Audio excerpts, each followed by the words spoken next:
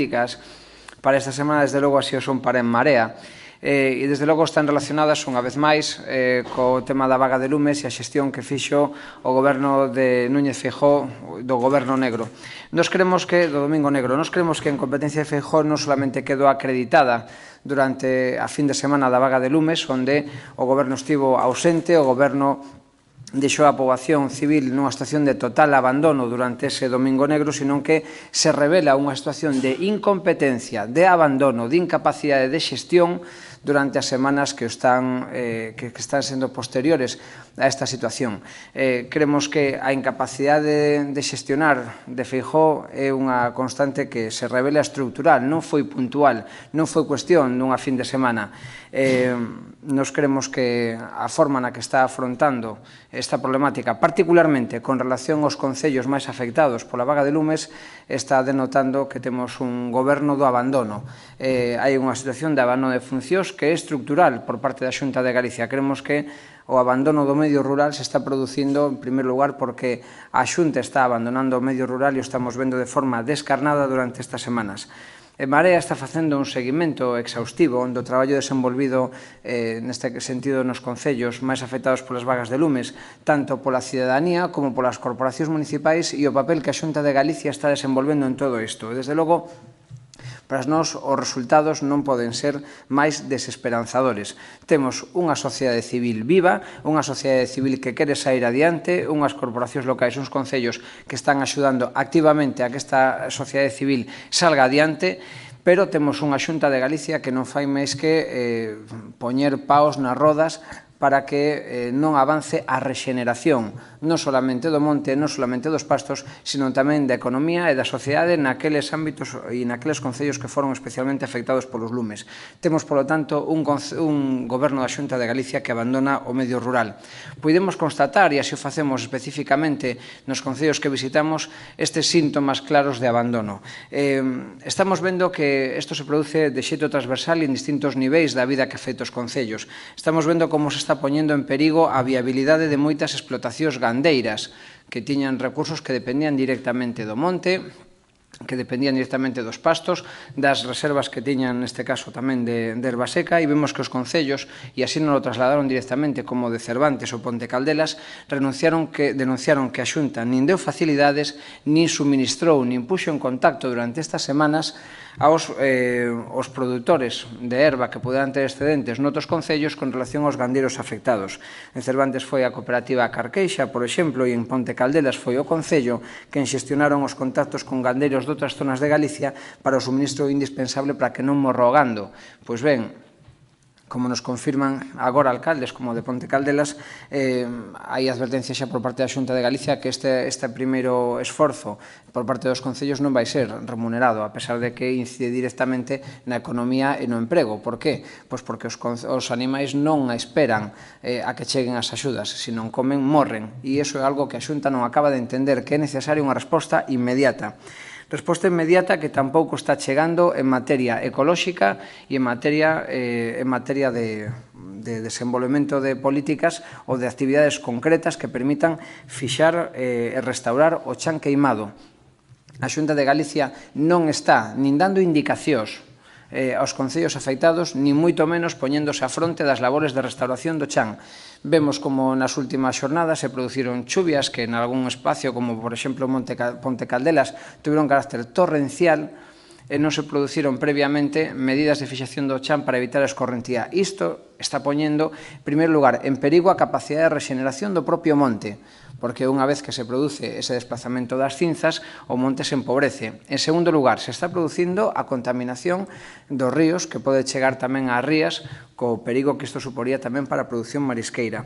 E isto enlaza con outra situación. A Xunta de Galicia non se está ocupando de verificar a contaminación que se pode producir nos acuíferos, dos cales dependen numerosos lugares, numerosas vilas dentro dos concellos afectados. Son moitos casos os concellos, como nos trataron directamente en Carballeda de Avia, os que se están encargando de facer análises continuas para verificar a potabilidade da auga. Existen outros lugares e tamén deso nos deron conta en certos lugares da propia comarca do Avia, en Carballeda de Avia exactamente, onde o suministro regular de auga potable se ten que producir por medio ou ben de camión cisterna ou ben de auga embotellada, porque non é apta para consumo humano, a que neste momento se utiliza como auga da traída. En Carballeda de Avia tamén se denunciou o retraso nos técnicos veterinarios da Xunta de Galicia, que tardaron, en algún caso, máis dunha semana en autorizar a retirada de animais calcinados. Isto colocou en serio perigo de infección determinadas zonas polo grande número de animais que se encontraban nesa situación, e deu lugar a que houvese que facer enterramentos nun primeiro momento en cal viva para evitar focos de infeccións, é dicir, xerando verdadeiros problemas de saúde pública que a Xunta non foi capaz de atender. A todas estas situacións se suman as que xa son máis coñecidas, pero non por coñecidas deixan de ser evidentes, e é a denuncia constante en todos os concellos da descoordinación dos recursos existentes. En moitas localidades, como foi o caso de Salceda de Caselas, en Carballeda de Avia ou Ponte Caldelas, non se puido declarar o nivel 2 de alerta, a pesar de que existiu no seu momento o risco para a poboación, simplemente porque os mandos de emerxencias non foron quen de estruturar territorialmente os mandos capaces de avaliar dita situación. Tamén se denunciou constantemente en todos os concellos a falta absoluta de medios para atender esta situación, medios que, non obstante, existían noutros sitios e que estaban disponibles, pero que non foron utilizados única e exclusivamente pola incapacidade da Xunta de Galicia de coordinar os dispositivos. Estamos falando, por exemplo, na provincia de Lugo, de que os 6 parques comarcais de bombeiros non movilizaron a todos os seus efectivos simplemente porque non foron requeridos para iso. Iso deu lugar a que 6 nodrizas que equivalían a 24 carrocetas, cargada cada unha desas nodrizas con 8.000 litros de auga, non salisen das súas bases a colaborar nas labores de extinción. Isto supuxo tamén que noutras localidades, como foi o caso de Vigo, os efectivos non salisen durante as primeiras horas tampouco, porque, a pesar de faceren os ofrecementos, non foron acollidos por parte da autoridade competente, simplemente porque non eran capaces de coordinar os medios existentes. E todo isto, a pesar de que, a día de hoxe, existen 4 plans sectoriais que, en teoría, regularían todo isto. Por iso, en Marea, reclamamos, unha vez máis, un mando único de emerxencias capaz de xestionar estes 4 plans que neste momento serían de aplicación. Pasaron 3 semanas e a Xunta de Galicia tampouco activou ningún plan de atención psicolóxica á poboación afectada. Levámoslo reclamando desde o primeiro momento. É necesario atender non solamente a aquelas persoas que sufriron episodios de intoxicación por fume ou que acudiron aos centros médicos con ataques de ansiedade. Existe unha poboación, en algúns casos, moi afectada, non solamente a poboación civil, sino tamén os propios profesionais que interviñeron nestas labores afectados psicolóxicamente, e é necesario un plan de atención específica de choque para atender esta poboación, que en moitos casos viu situacións moi dramáticas para as que non estaban preparados, porque ninguén está preparado para ver o que se viu durante o Domingo Negro, que perderon todo e que están vendo como, ademais da lentitude da administración en devolver a normalidade, a cidadanía tampouco está encontrando ese respaldo nunha atención especializada. Por outra parte, denunciamos tamén xa fai unha semana a forma na que se configurara o decreto de axudas da Xunta de Galicia, e unha semana máis tarde o único que podemos facer é corroborar as críticas que fixemos no seu momento e velas ampliadas pola posta en práctica deste propio decreto. Existe unha indeterminación grande dentro do marxen das partidas que son indemnizables e as que non, da propia cuantificación desas partidas. Existe un condicionamento por parte dese decreto a chegar a acordos, a chegar a convenios entre Concello e Xunta de Galicia, que está dificultando e que vai dificultar, sin duda, o pagamento desas axudas, e existe unha burocracia que xa denunciamos a semana pasada, que é absolutamente inasumible pola cidadanía do común. A xente non pode cumprir con todos os requisitos que se lle mandan nese decreto para poder acceder ás axudas. E isto ten que quedar claro, fai inasumible completamente ese decreto, sobre todo para os particulares. Nos reclamamos desde o primeiro momento a apertura de oficinas nos principais concellos afectados, Pois ben, outro día Rueda, o venres pasado, anunciou en Cervantes que se abriría unha oficina en Cervantes. Ben, nós queremos unha oficina en cada un dos concellos máis afectados. Queremos unha oficina en Carballeda, queremos unha oficina en Salceda, queremos unha oficina en Gondomar ou en Bayona, queremos unha oficina nas Neves, queremos que a xente poda acudir ali e se lle dean facilidades, que non se lle poñen dificultades. Saben o que vai pasar con este decreto? Igual que o que pasou ca orden de axudas con relación á pobreza enerxética do ano 2016, que os requisitos van a ser tan difíciles de cumplir polas persoas afectadas que se vai atender a un menos dun 2% da poboación que obxectivamente podería acoller dentro desas axudas. E isto se fai así deliberadamente para facer propaganda e despois non sermos efectivos a hora de que a xente poda recuperar a normalidade. E isto é inaceptable. A xente que poñelle as cousas fáciles, porque difíciles xa estuvo abondo e xa se está tendo abondo. A xente que perdeu as vivendas, a xente que perdeu os seus negocios, a xente que perdeu o monte e que se ve afectada tamén a nivel ambiental. Pois ben, a Xunta debería dar facilidades e non poñer dificultades como as que está facendo ahora. Por iso, volvemos a reclamar de forma inmediata a apertura de oficinas que serían simplemente despachos que a Xunta de Galicia podería colocar ou ben nas súas propias instalacións nos concellos ou instalacións cedidas por parte dos propios concellos. Existen corporacións municipais, como é o caso de Salceda de Caselas, que xa abriu unha oficina pola súa propia conta e risco para atender as persoas que foron vítimas dentro do seu concello. Nos creemos que esta labor é encomiable e que quen debe de facelo de forma regularizada é a Xunta de Galicia. Temos tamén unha denuncia xeralizada, e é que os concellos que se dirixen á Xunta de Galicia, porque estamos vendo que a Xunta de Galicia non se dirixe aos concellos que se dirixen á Xunta de Galicia están atopando que a Xunta non ten sistematizado unha forma de resposta conxunta ante todos os problemas que se plantexen, de tal maneira que a propia Xunta de Galicia non é capaz de atender as demandas dos concellos. É dicir, un concello chama dicindo: a ver, temos un problema porque estas axudas non collen para esta explotación e tal, como podemos facer? Non sabemos. Mira, como hai que entender esta orden? Pois non sabemos. Hai problemas cos acuíferos? Pois non sabemos. É dicir, non existe a día de hoxe unha oficina técnica na Xunta de Galicia que poida recoller, sistematizar estas demandas e que poda atender satisfactoriamente os concellos que están cargando con todo o traballo. E isto é inaceptable. Por qué? Pois porque as competencias tenas a Xunta de Galicia e, polo tanto, é a Xunta de Galicia a que ten que coordinar estas labores. Non se pode seguir co abandono que teñe sometido a poboación. Tamén con relación ao decreto de axudas denunciamos, e así se está constatando insuficiencia, que un mes de prazo para facer as reclamacións desde a publicación do decreto era notoriamente insuficiente.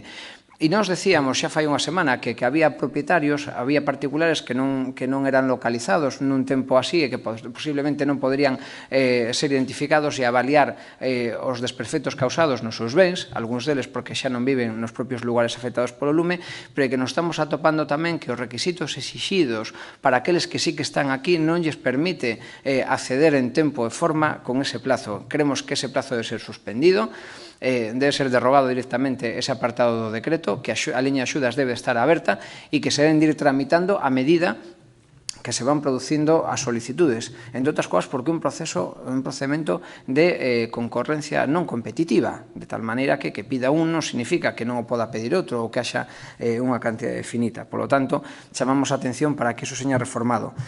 En relación ás axudas por danos personais, e tamén nos danos dos bens, nos atopamos con unha incongruencia do discurso da Xunta de Galicia. A Xunta de Galicia se dedicou durante estas semanas a construir un enemigo exterior. Non había responsabilidade da Xunta de Galicia. Todo é responsabilidade dun suposto terrorismo incendiario, do que ninguén ten a día de hoxe evidencia de ningún tipo e donde históricamente non houve ningún tipo de evidencias. E esa é a causa única, e, polo tanto, a Xunta non ten ningún tipo de responsabilidade nos lumes. Eso sí, a hora de poder acceder a estas axudas, se exixe que se demostre que os danos causados polos lumes foron intencionados. Isto está recollido no decreto. Entón, a nos parecenos un absoluto despropósito cargar sobre os particulares ou esperar a que as investigacións cheguen a concluir que o lume foi deliberado, supón, primeiro, condenar no tempo a toda esta xente a non poder acceder ás axudas e, en segundo lugar, que pasa se as teses da Xunta de Galicia non se confirman? A xente quedaría sin axudas? Bueno, isto parecenos absolutamente inaceptable. Despois tamén fixemos unha crítica que queremos resaltar aquí, e E tamén a ela se referiron numerosos profesionais do dereito a hora de cualificar conveniente ou inconvenientemente, frívolamente, dixemos nós, incluso a actividade que deu lugar aos lumes como terrorismo, no sentido técnico do término. O goberno anunciou a bombo e platillo que subía as indemnizacións por morte como consecuencia de seren calificados como actos de terrorismo, pero a realidade foi outra. O decreto publicado non contén as disposicións que serían as equivalentes en supostos de terrorismo. Por iso pedimos unha utilización non frívola desta situación. Existe unha lei, a Lei 29/2011, que recolle as indemnizacións por morte en caso de vítimas por actos terroristas. Creemos que, desde logo, se está facendo demagoxia con este término porque se estaba dicindo que se iban a aplicar esas axudas, pero no decreto non se están aplicando e, sin embargo, se están pagando máis de 80.000 euros nos medios de comunicación para facer propaganda dunha etioloxía que non está demostrada como é a dese suposto terrorismo incendiario. En canto aos danos aos bens, para quen perderon a súa casa, que é vivenda habitual, non é razonable, entendemos nós, nunha situación de emerxencia como esta, exixirlle a todo o mundo que estea ao corrente do pago das súas obrigas tributarias. Imaginemos as persoas que, por unha razón de pérdida de emprego, non podan asumir todos os gastos que teñen pendentes, esa xente non podería acceder ás axudas a vivenda habitual. Tamén recibimos, por parte de concellos como de Ponte Caldelas, a denuncia de que determinados gastos feitos nas primeiras xornadas de aloxamento provisional non van ser indemnizados. Nos creemos que isto é un error e que o decreto, polo tanto, debe ser tamén reformado.